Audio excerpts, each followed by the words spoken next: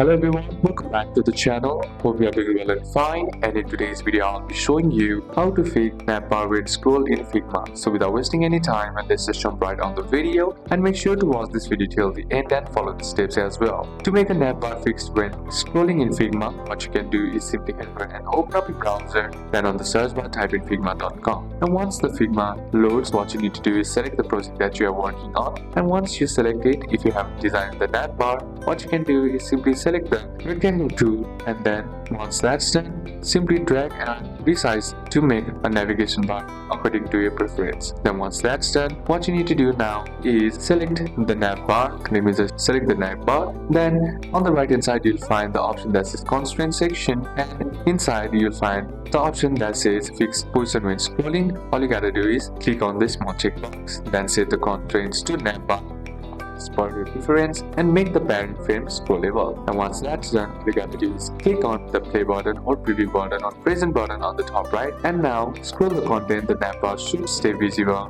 while everything else is loading underneath. So these are a couple of steps that you can apply. That's it for today's video, guys. Hope this video was useful to you. Leave a like if it did, comment down any questions that you have, and see you soon on the next one.